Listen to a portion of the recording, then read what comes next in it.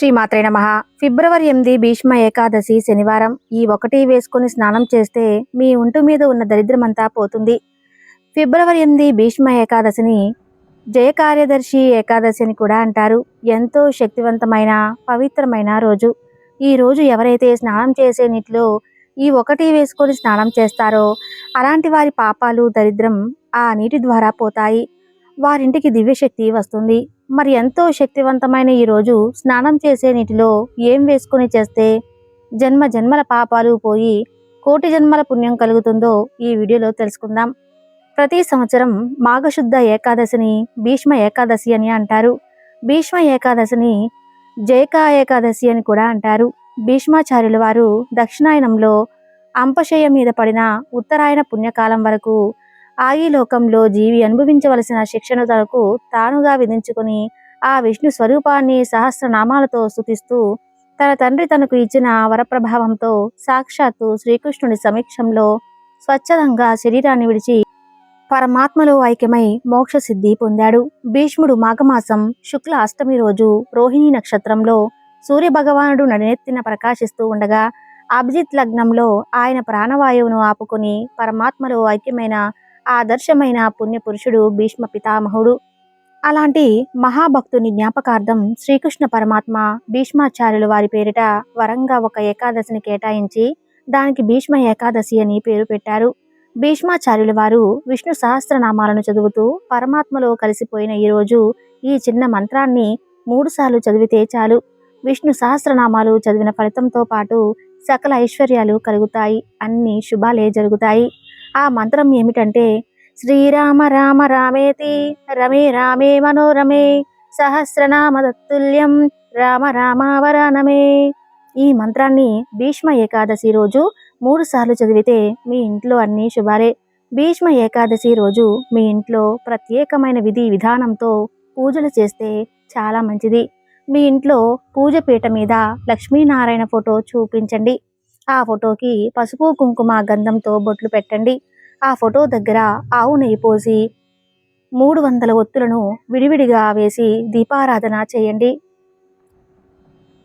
ఆవు నెయ్యి లేకపోతే కొబ్బరి నూనెతో అయినా దీపారాధన చేయండి. పచ్చ కర్పూరంతో శ్రీ మహావిష్ణువుకు హారతి ఇవ్వండి. ఇలా ప్రత్యేకంగా పూజ చేసి ఆవు పాలలో చక్కెర కలిపి నైవేద్యంగా సమర్పించండి. ఆ తర్వాత ప్రసాదంగా వాటిని మీరు స్వీకరించండి. ఈ రోజు ఇలా చేస్తే విష్ణుమూర్తి అనుగ్రహం వల్ల ఆర్థిక ఇబ్బందుల నుండి సులభంగా బయటపడవచ్చు.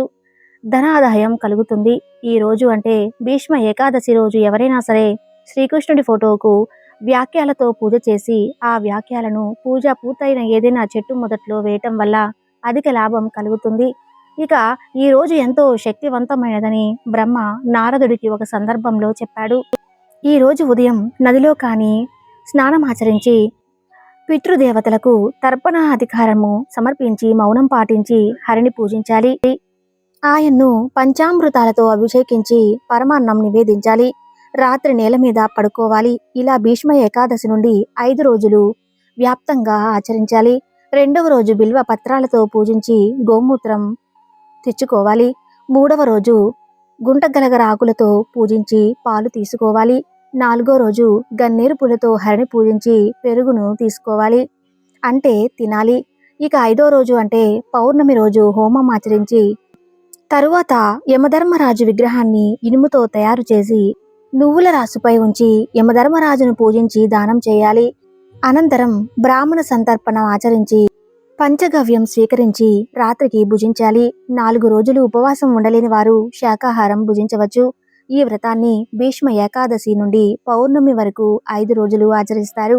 ఇక భీష్మ ఏకాదశి రోజు పుత్రులు లేనివారు అసుపుత్రుల వ్రతం చేస్తే సంతానం కలుగుతుంది. శ్రీకృష్ణుడు అంపశయ్య మీద ఉన్న భీష్మునితో ఇలా అంటాడు. భీష్మాచార్య, నీవు ధన్యుడవు. ధర్మమును వినిపించినావు. కార్తీక ఏకాదశి రోజు నీవు జలమును కోరగా అర్జునుడు బాణం వదిలి పాతాళ గంగను తెచ్చాడు. ఆ జలముతోనే అంగములు నేటి వరకు పరిశ్రమలైనవి కాబట్టి పౌర్ణమి వరకు అంటే ఏకాదశి నుండి పౌర్ణమి వరకు సకల జనులు నీకు తర్పణం ఇస్తారు అంటాడు.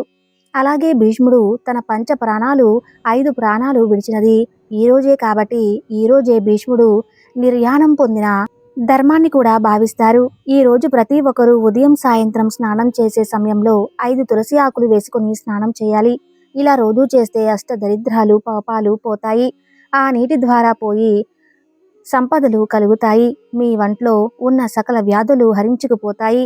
చర్మ వ్యాధులు పోతాయి. దేహం పరిశుద్ధమై నూతన శక్తి వస్తుంది.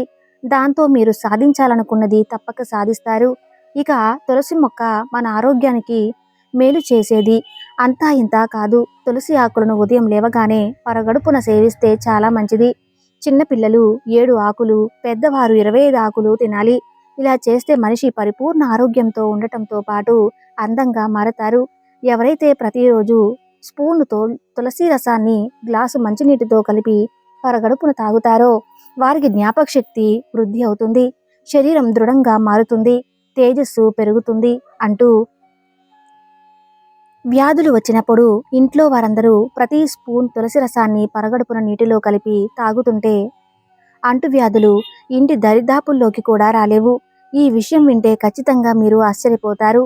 మీరు తాగే నీరు మంచినీరుగా మారాలంటే మీ ఇంట్లో బిందెలో తులసి దళాలు వేసి 12 గంటలు ఉంచితే అపరిశుద్ధ జలం కూడా తాగునీటుగా మారతాయి. అంటే ఎలాంటి జలాన్నైనా తులసి దళాలు శుద్ధి చేస్తాయి. కొంతమంది పిల్లలకు మానసిక ఎదుగుదల ఉండదు. అలాంటి పిల్లలకు తులసి రసంలో తేనె కలిపి ఇస్తుంటే 15 రోజుల్లో మంచి ఫలితాన్ని మీరే చూస్తారు. ఈ రోజుల్లో చాలామంది మానసిక ఒత్తిడికి గురవుతున్నారు. ప్రతిరోజు స్పూన్ తులసి రసం లేదా 10 తులసి ఆకులను నమిలి తింటుంటే మానసిక ఒత్తిడి పోయి చక్కటి ఆలోచనలు వస్తాయి. క్షణికావేశాలు తగ్గుతాయి.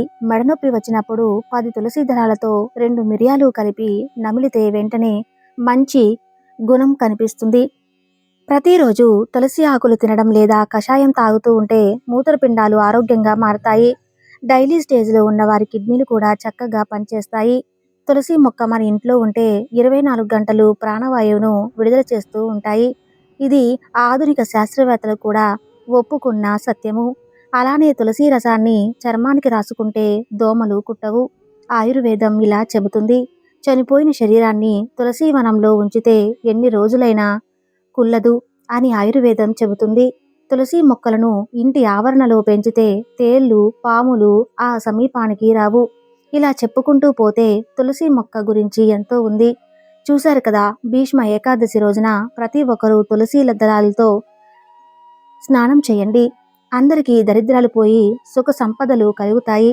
ఈ వీడియో నచ్చితే తప్పకుండా లైక్ చేసి జై శ్రీకృష్ణ అని కామెంట్ చేయండి.